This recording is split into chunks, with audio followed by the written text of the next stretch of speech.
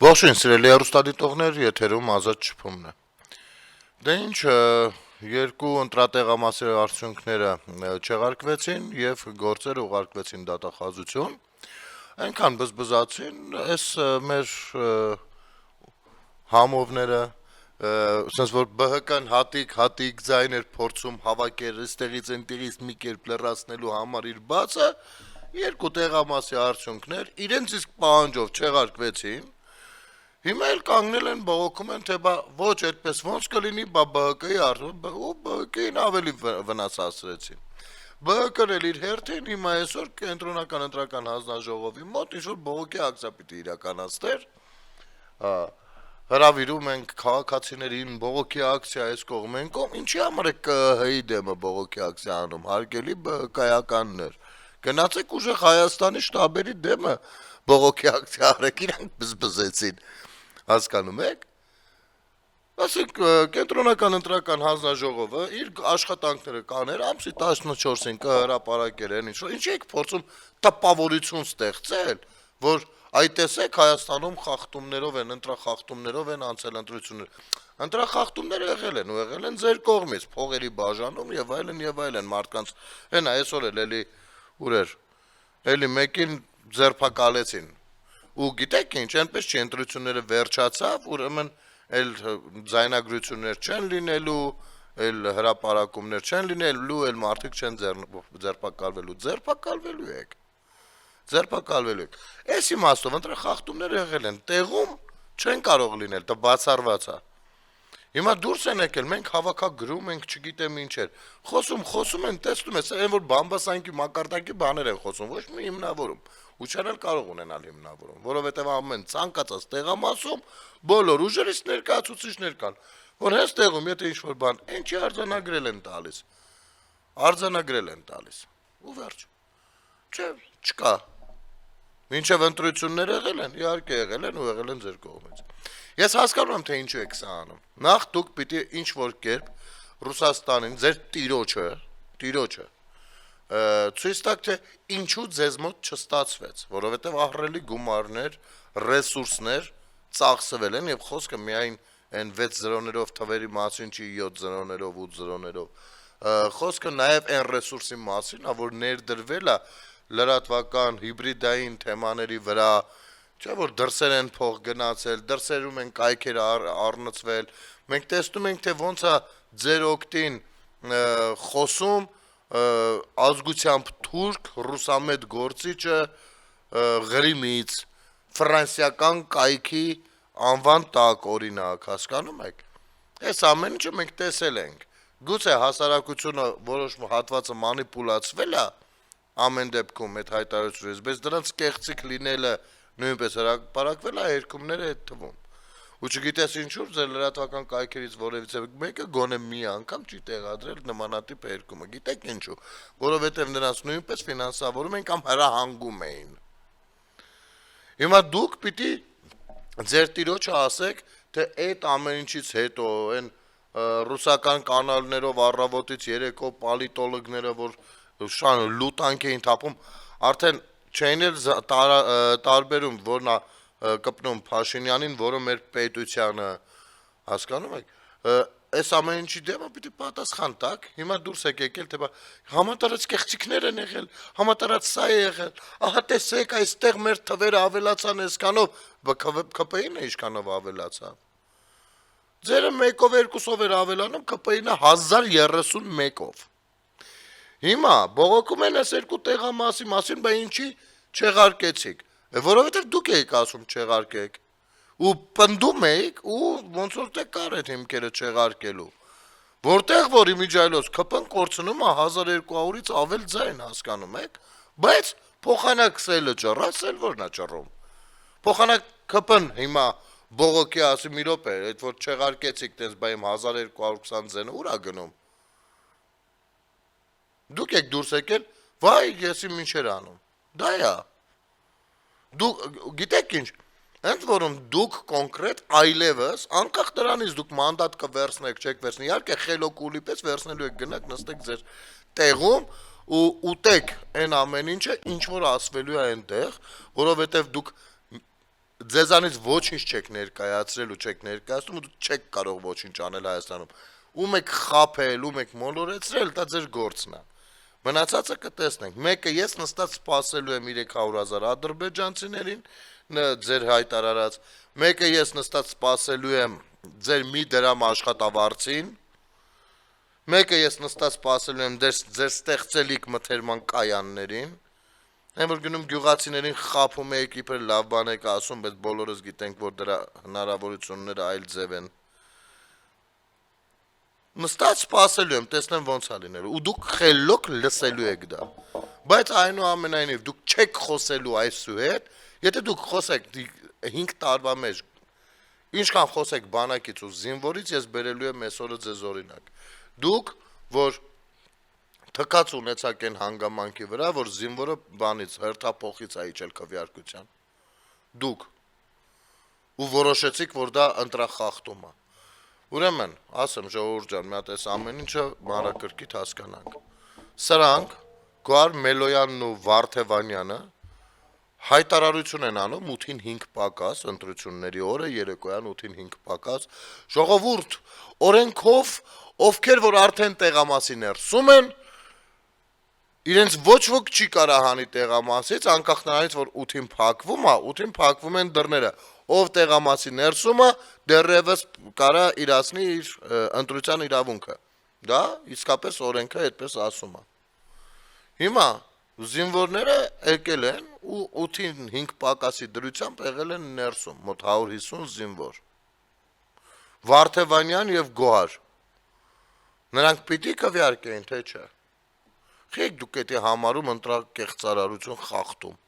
Դուք ինչ գիտեք, այդ զինվորները ում էին քվեարկում։ Մեկը ձեզ կքվեարկեր, մեկը մյուսին կքվեարկեր։ Ունեք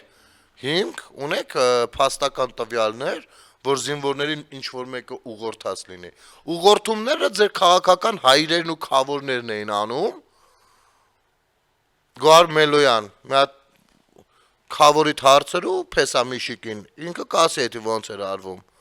որ զինվորներին տանում ես կողմից մցնում, են կողմից բոլորին ձայները գողացած հանում էին։ Ինչի են զինվորները ուշ հասել ընտրատեղամաս, ուշ, բայց օրենքի սահմանված ժամանակին, որովհետև եղել են պոստերում, են, որ Նարեկը գնում էր այսպիսի Նարեկ Ադրբեջանի դրոշը, այդ ադրբեջանական դրոշի դեմը։ Ու պիտի հերթափոխ, այս տղերքը պիտի ընտրեն, բարձրանան հերթափոխի, որ նոր մյուսները գան։ Հերթափոխը տարբեր ժամանակ, տարբեր ժամեր կարա տևի, տարբեր իրավիճակներում, հասկանում եք դուք, թե ձեր մեջ ծառայած քանի որ չկա, դուք այս տարական բաները չեք հասկանա։ Դուք ինչ գիտեք հերթափոխն ինչա, ձեր պաշտպանության նախարարի թեկնածուն ենա կանգնել էր 155 միլիմետրանոցը զորով մցնում էր 155-ի մեջ։ Դուք ինչ գիտեք ինչա դա։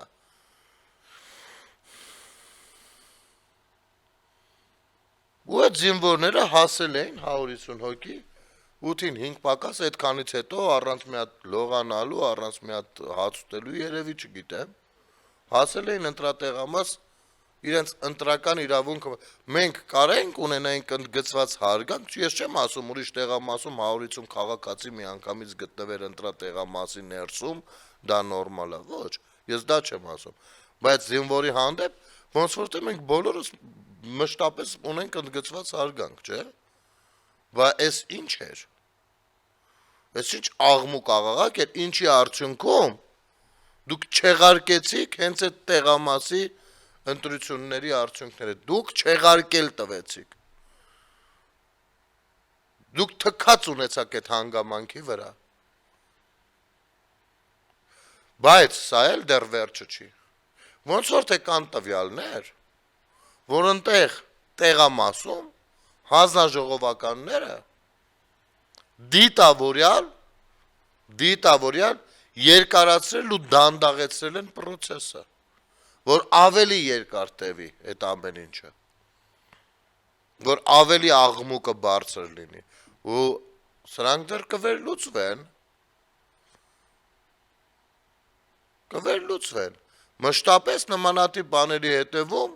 կանգնած են լինում մեզ ծանոթ ականջներ, երևում են մեզ ծանոթ ականջներ։ Մշտապես դա 1000 անգամ ապացուցված հանգամանք է։ Հիմա դուրս եք եկել ձեր էլեկտորատին, բայց գիտեք, հիմա դուք ասենք լսում եք օրինակ գոնե ինքներդ ձեզ։ Ասենք Գոհար Մելոյան, դու լսում ես Նարեկը ինչա խոսում։ Նարեկ Կարապետյան, դու լսում ես թե Գոհարը ինչա խոսում։ Նարեկը ինչա խոսում, նայեք, ասում է Մա հրապարակում էր արել։ Ձեր Փաշինյանը ասում է վարչապետ չի, լեգիտիմ չի։ Ինչ-որ սս բաներ է ասում։ Խոսում է նախ ձեր ասելով ում նկատի ունես։ Եթե դու Հայաստանի Հանրապետության քաղաքացի ես, Նիկոլ Փաշինյանը նաև քո վարչապետն է։ Որովհետև լեգիտիմ ընտրությունների արդյունքում նա համարվում է Հայաստանի Հանրապետության վարչապետը։ Ուզես դա թե չուզես Դուք ես դուրս ես դնում Հայաստանի Հանրապետությունից, թե որպես Հայաստանի քաղաքացի ես քեզ դուրս դնում ամեն ինչից։ Դու ո՞ս կարաս դա, դու չես կարող չընդունել այդ հանգամանքը։ Այո, հանդիսանում է նաև քո վարչապետ, կարող է քո սրտի վարչապետը, չպես քո վարչապետն է, քո երկրի վարչապետն է։ Այս ինչ մտածելակերպ է։ Անգամ Սերժ Սարգսյանը, որ այդքան խախտումներով ոչ լեգիտիմ նախագահ էր հանդիսանում, մենք ընդունում ենք, որ նա պետության, մեր նախագահն է, ինչ անենք։ Թե լավն է, թե վատն է, հեղափոխություն կանենք, չենք անի, սրանք հարցի մյուս կողմերն են։ Բայց չես կարող, չնայած Սերժի ժամանակ կարող դնել հարցականի տակ։ Հիմա խռովկան հարցի պես նստել եք ձեր Փաշին, լավ։ Դեռ սա դնենք մի կողմ, դե հասկանալու համար մենակ ինստիտուտները ավարտած լինելը քիչ է, պետք է մի քիչ այլ դպրոցներ էլ անցնես, բայց դա դնենք մի կողմ։ Հիմա, տես որ 2 ամսից նոր պրոցեսներն են, չէ՞ լինելու, ասենք ձևավորվելու է նոր ազգային ժողովը, մյուս։ Հիմա, եթե դուք անցնեիք ձեր բաժանած փողերով, չգիտեմ ինչով, դու չէիր լինելու վարչապետը, Նարեկ։ Քեզ նախընտրական քարոզարշավի ժամանակ 1 միլիարդ անգամ հարցը տվել են։ Դուք ասել եք, չէ, Սամվել վարչապետ։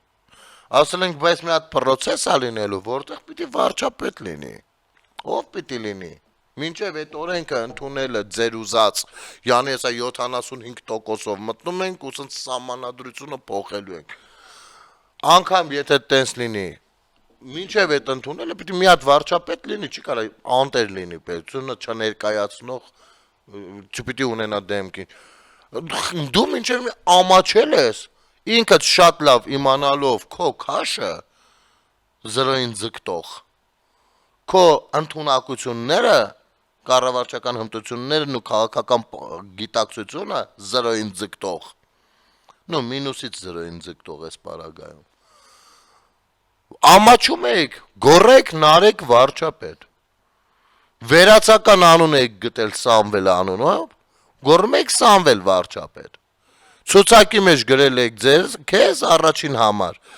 Ես ցուցակից դուրս գտնվող անձին եք գորում վարչապետ։ Այ այսքան ու գիտեք այստեղ ինչն է հետաքրքիր ժողովուրդ ջան։ Սրանք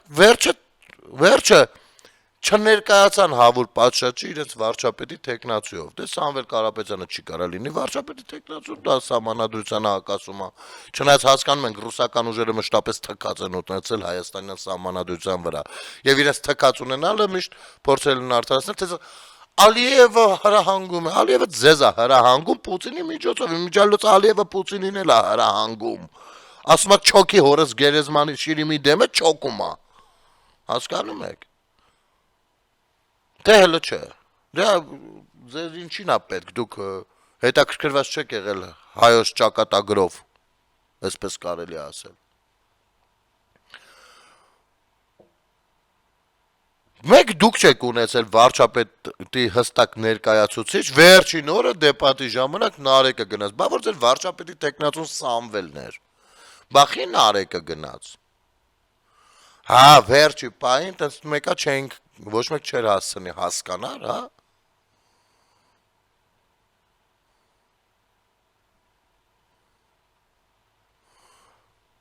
Ծառուկյանի ԲՀԿ-ից տենց էլ գլուխ չհանեցին ով է այնտեղ իրաց տեխնացուն։ Չնայած իրենք շատ լավ գիտեն իրենց արժև դրված խնդիրը։ Իրենք որոշել են շատ լավ հասկանալով, որ իրենք ամենաշատ ձայնը չեն հավաքելու միևնույն, հա, իրենք պիտի մնան խաղի մեջ, ու տենց է ասած վերևից շեֆերն են ասել։ Պիտի մնային խաղի մեջ, որ ձեները տային, ով Քոչարյանից կամ տաշ իրենցից ով ավելի շատ ձեն հավաքի, իրանց ձեները տան նրանց, всё, իրանց խնդիրը դա է եղել։ Դրա համար մտել են խաղի մեջ, իմիջիալոց Թաթոյանինը նույն ձևով։ Եվ ամենաթաքնված խաղացողներից Գուրգենը Սիմոնյան, հա։ Ինասյան Սիմոնյան կարծեմ։ Նա էլ նույնը։ Հիմա դուրս եք եկել ինչ որ աղմկում գրում եք ոչ լեգիտիմ։ Այո, ես նույնպես խնդիր ունեմ։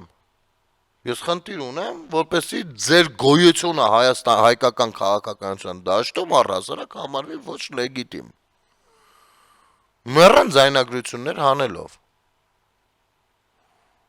Մեռան ձայնագրություններ հանելով։ Դուք ո՞նց կարող եք համարվել լեգիտիմ։ Եվ ամենացավալին այն է, որ ժողովրդավար ուժերից շատը, ես ասել եմ ու էլի կասեմ, այս շաբաթ ստացվեց, որ մենք հետ ընտրական ես թոուբոյից են խոսում, դե ակտիվությունը այդ ուղղությամբ է, ինչ անենք։ Որ ժողովրդավար ուժերը կոպիտ ուժ ցույց չտվեցին այս ձայնագրություններին, այս ընտրակաշարք բաժանելուն, այս մթնոլորտին եւ չպահանջեցին հավասար հնարավորություններ եւ նախաձեռնող լինեն հատուկ կառույցները եւ ապահովեն, որպեսզի մարդիկ հավասարաչափ իրենց ներկայացնելիքը ներկայացնեն։ Մեկը փողով մտել էր, ինչ որ անհասկանալի նախադասություններով սունկ-մունկ, հենա կգնաս, հեսա դատարանում պատասխան կտաս։ Դատի է տվել Նիկոլ Փաշինյանը բանին, Սամվելին, դե մինչև են փողերի լվացման գործերը բան, որ սա ինչ ասես, այնպես բաներ է խոսել, որ դրանք ծանրակշիռ մեղադրանքներ են։ Պիտի հիմնավորի, դե կգնաս ու կհիմնավորես հիմի։ Կարճ դադար մեր եթերում։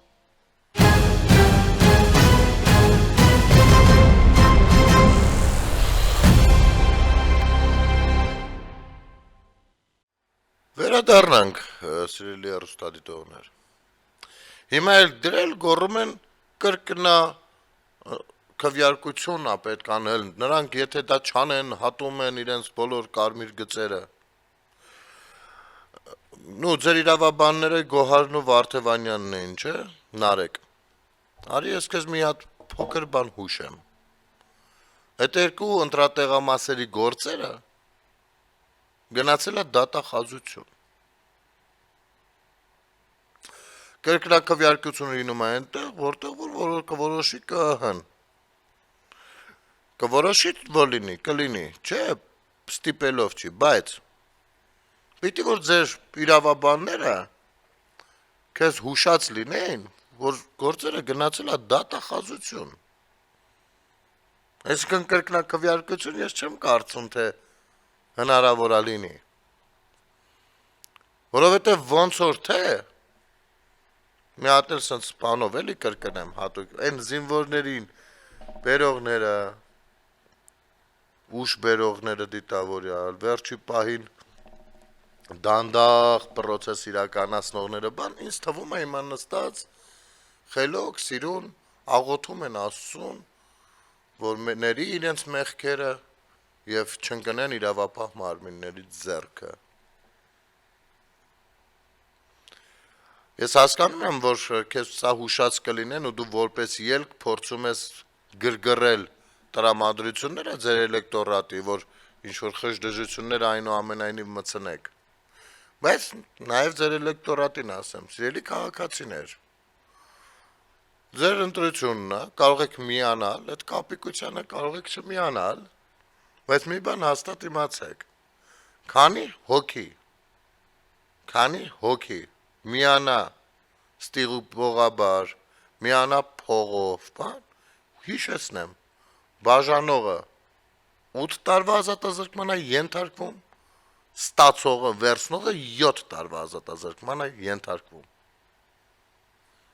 Իրենք կարող է ձեզ չասեն, փուրը տան։ Ես ձեզ լավություն եմ անում, ասում եմ։ Չնայած այսքան ասել ենք երբեք լսել, որ հիմա լսեք, էլ շնորհակալ լինելու փոխարեն էլ մի բան էլ հարցակվում եք վրեքներս։ Հիմա առաջ գնանք։ Մի պայս ընտրությունների թեմայից առաջարկում եմ պոկվենք, ժողովուրդ ջան։ Ուրեմն այսօր առավոտյան պարզ դարձավ, որ Մայր Հայաստան վարչության անդամ ԲՀԿ ցուցակով առաջադրված падգամավորի տեխնացու Արեքնազ Մանուկյանի բնակարանում վաղ առավոտից խուզարկություններ են կատարել։ Նրան կանչել են քննչական վարչություն։ Հայկական ժամանակի տեղեկություններով խուզարկությունները կատարվել են Անդրանիկ Թևանյանին առնչվող գործի շրջանակներում։ Հիշեցնենք,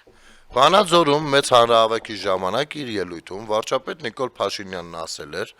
ԱԱԾ-ն սահմանված կարգով հանցագործության մասին հաղորդում է ուղարկելու քննչական կոմիտե Անդրանիկ Թևանյանի դեմ հայրենիքի դավաճանության հոդվածով։ ՀՀ քննչական կոմիտեն ավելի ուշ հայտարարություն էր տարածել, տեղեկացնելով, որ պետական դավաճանության եւ լրտեսության դեպքի առթիվ նախաձեռնվել է քրեական վարույթ։ Ըստ իրավապահների Անդրանիկ Թևանյանը հանդիսանալով 21 թվականին կայացած խորհրդարանական ընտրություններում Հայաստան կուսակցությունների դաշինքին աջակցած քաղաքական գործիչ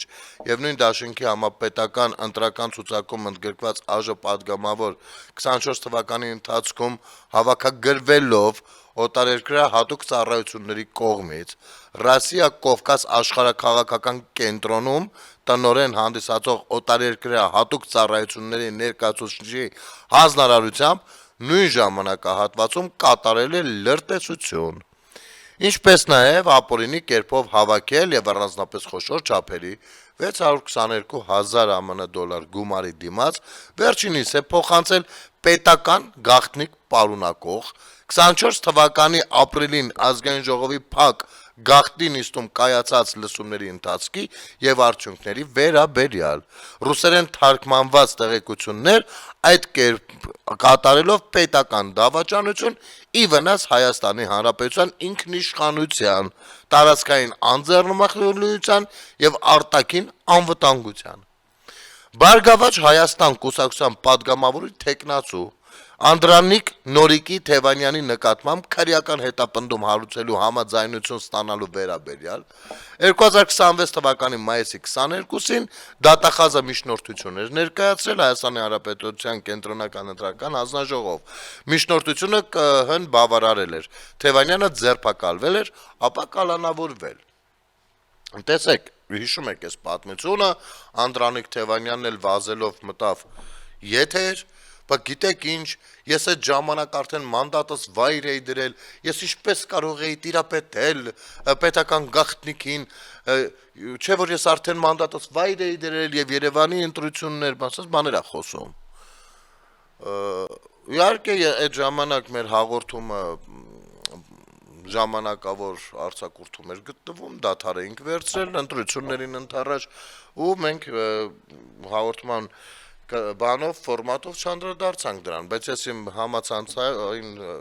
YouTube-յան կանալով նրան բացատրեցի, թե նա ոնց է դա արել, որ եթե դու մանդատը դրել ես 23 թվականին, դա դեռ չի նշանակում, որ դու 24 թվականին պետական գաղտնիքի չէիր կարող տիրապետել եւ փոխանցել դա որևիցե մեկին։ Դա ունի երկու տարբերակ, կամ մեզ չեն ասում, որ թվի, հա, կներեք, ունի մի տարբերակ, որովհետև այստեղ արդեն պարզաբանած է, որ ներսում կամ մարդ, դուք ցանցով աշխատում եք Հայաստանի դեմ, դու ընդամենը եղել ես կուրատորը կամ կազմակերպիչը տեղական փոքրիկ խմբակի ու տեղ ես հասցրել են ինչ որ հասցրել ես։ Ու ես գրեթե վստահ եմ, որ սա միակ դեպքը չի։ Դու մշտապես ես դա արել։ Այ այն որ գնացել էիր ու ռուսական Ռասիա մեկով Հայաստանի վրա դանոս էիր գրում ազգությամբ ռուս, բայց թուրքամետ պոլիտոլոգների կոշիկներն էիր լպստում, կզում էիր նրանց դեմը ու Հայաստանի դեմ դանոս էիր տալիս։ Ու Հայաստանին էիր հանում մեղավոր Ադրբեջանի 44 օրյա պատերազմում եւ դրանից հետո process-ներում։ Այդ օրվանից ես ասել եմ, որ դու լրտես ես։ Պարզապես մեր հասարակության մեջ մի հատ բան կա նստած, որ եթե դու ռուսաստանյան լրտես ես, մի քիչ ոնց որ այդքան էլ լրտես չես էլի, հա դե մի KGB, դե բոլորս ապրել ենք Սովետում, դե sense դենենց ընթա։ Ոչ, Սովետը մեկ մոռացեք, չկա։ Այն ժամանակա տենց է, դե դրանից առաջ էլ ապրել եք Օսմանյան կայսրությունում։ Դե ուրեմն մի նեղվեք, որ մի հատ էլ թուրք լրտես ունենաք, սրանց մեջ իմիջայլոց։ Ինչ է նշանակում ապրել ենք այնտեղ։ Այնտեղ էլ եկա, դուք ինչ գիտեք Օսմանյան կայսրությունում մինչև ցեղասպանությունը կամ մինչև Սուլտան Համիդը քիչ են եղել հայկական հարսանիքներ ու ուտուշ-խմոցիներ։ Այդ ժամանակ մեր պապ ու պապերը դրական հիշողություններ չեն ունեցել։ Չի կարելի, մեկ լրջանալա պետք։ Սա անկախ պետությունն է, ու այդ անցյալի այդ բաները ձեր ունեցած անձնական դրական զգացողությունները չի կարելի փաթաթել պետության ապագայի վրա, ինքնիշխան անկախ պետության ապագայի վրա։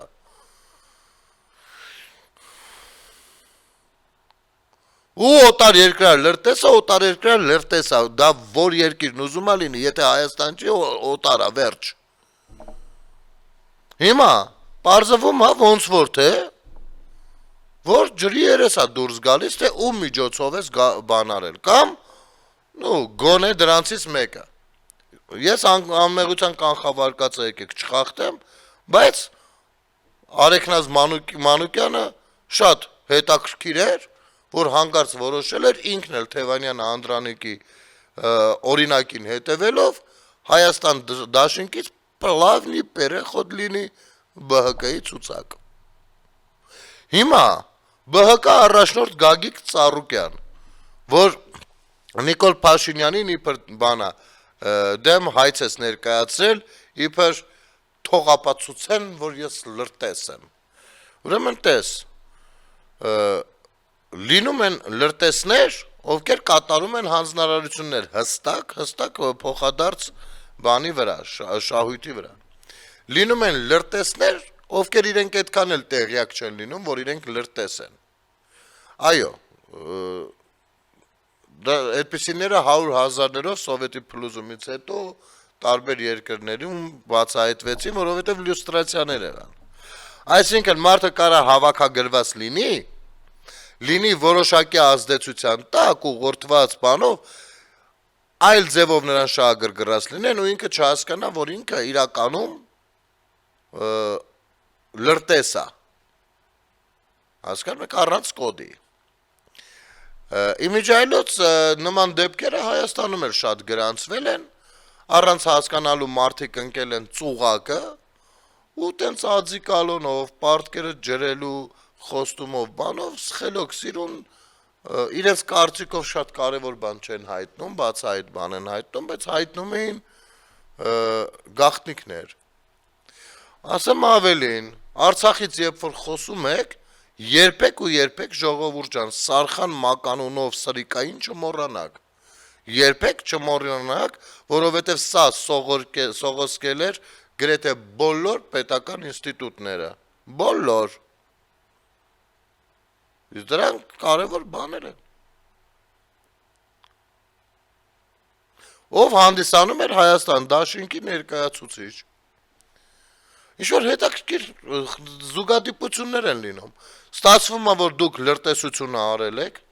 այլ պետության օգտին, իմիջայլոց այդ այլ պետությունը, այս պարագայում Ռուսաստանի Դաշնությունը, ունի Ադրբեջանի հետ կնքած համաձայնագիր, ինֆորմացիաների փոխանակման եւ այլն տեղյակ չեք, դա նշանակում է, որ դուք լրտեսություն եք արել նաեւ Ադրբեջանի Թուրքիա օգտին։